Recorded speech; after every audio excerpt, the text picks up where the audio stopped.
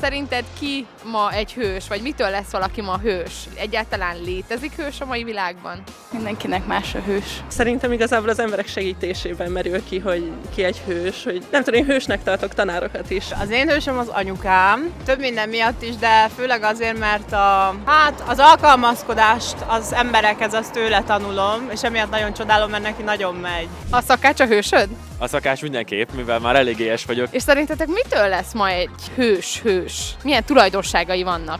Szerintem egyébként megvan ez benne, mint például Petőfi Sándorban ez a lázadóság. Ami fontos egy hősnek, az a közösség körülötte. Tehát van mondjuk így a nyugati társadalomban egy olyan tévhitünk, hogy az individualista hőskultuszt követjük. Szerintem manapság nem is kell olyan jellegű hős, mint ami kellett március 15-én, hála az égnek. Sokkal inkább az lenne a cél, hogy ezt valaki megakadályozza, vagy valakik megakadályozzák. Politikusok, akik ezt igazán meg tudnák oldani, ezt a problémát, meg a civilek.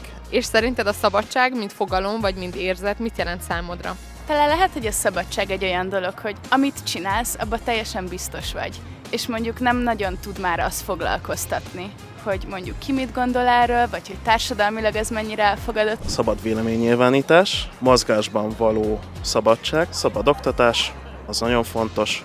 Nekem azt jelenti, hogy érzelmileg nem függök úgy másoktól, hogyha mondjuk valakinek rossz kedve van, vagy rossz napja, akkor az én napomat az nem befolyásolja. Nem tudom, nekem demokrácia, az első szó. Nekem az élet apró örömei. Most például Martin barátommal bevertünk egy nagyon jó giroszt, kiültünk ide Dunapartra, napozunk, egyetemisták vagyunk, szerintem ez is szabadság.